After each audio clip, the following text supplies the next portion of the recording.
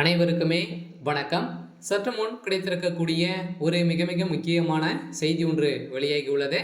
சற்று முன் ஞானசேகர் கொடுத்த வாக்குமூலம், அமைச்சர் சுப்பிரமணியன் அதிரடி கைது, இது மாதிரி செய்திகள் வெளியாகிருக்கு.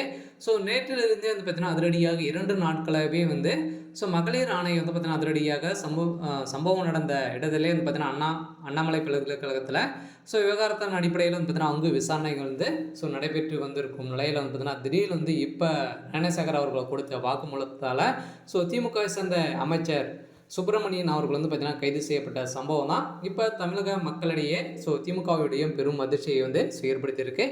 இதை பற்றி இந்த வீடியோவில் நாம் பார்க்கலாம். அதுக்கு முன்னாடி நம்ம சேனலுக்கு இப்போ தான் முதல் முறையாக வந்திருக்கீங்க அப்படின்னா மறக்காமல் நம்மளுடைய சேனலை சப்ஸ்கிரைப் பண்ணி சப்போர்ட் பண்ணுங்கள். வாங்க வீடியோக்குள்ளே போகலாம். பார்த்தீங்கன்னா ஞானசேகர் அவர்கள் பார்த்தீங்கன்னா இந்த பாலியல் விவகாரத்தில் சிக்கியிருந்தா இல்லையா, அண்ணாமலை பல்கலைக்கழகத்தில் மாணவி பாலியல் வன்கொடுமை விவகாரத்தில் தொடர்பாக தேசிய மகளிர் ஆணையம் பார்த்தீங்கன்னா திடீர்னு அங்கேயே சமீப இடத்துல களத்தில் இறங்கியிருந்தாங்க.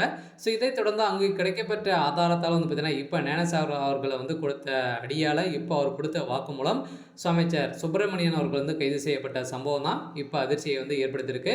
இருந்தாலும் இதில் அமைச்சர் சேர்ந்த அமைச்சர்களுக்கு ஒரு 6 அமைச்சர்களுக்கு பார்த்தீங்கன்னா இது தொடர்பு இருக்குது.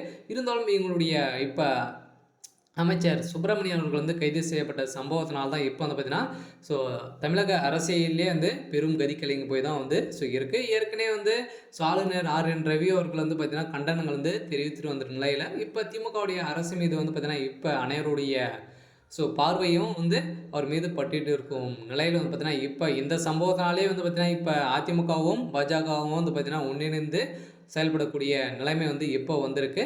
இதனால் அதிரடியாக திமுகவை அடித்து விரட்டக்கூடிய சம்பவங்களாக தான் இப்போ நடந்துட்டு இருந்தாலும் இப்போ ஸ்பாட்டிக்கே போய் மகளிர் ஆணையம் செய்த சம்பவம் இப்போ அமைச்சர் சுப்பிரமணியன் அவர்கள் சிக்கியிருக்காரு.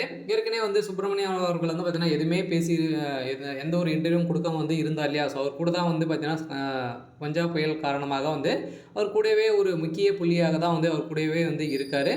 இதன் அடிப்படையில் தான் இப்போ அந்த ஆதாரத்தின் அடிப்படையில் இப்போ கேட்கப்பட்ட கேள்விகளுக்கு அவர் கொடுத்த வாக்குமூலத்தில் தான் இப்போ அமைச்சர் சுப்பிரமணியன் அவர்களுக்கும் இதில் தொடர்பு இருக்குது அப்படின்ற மாதிரி இப்போ கண்டறியப்பட்ட ஒரு ஆதாரத்தால் மோசமாக சிக்கியிருக்காங்க.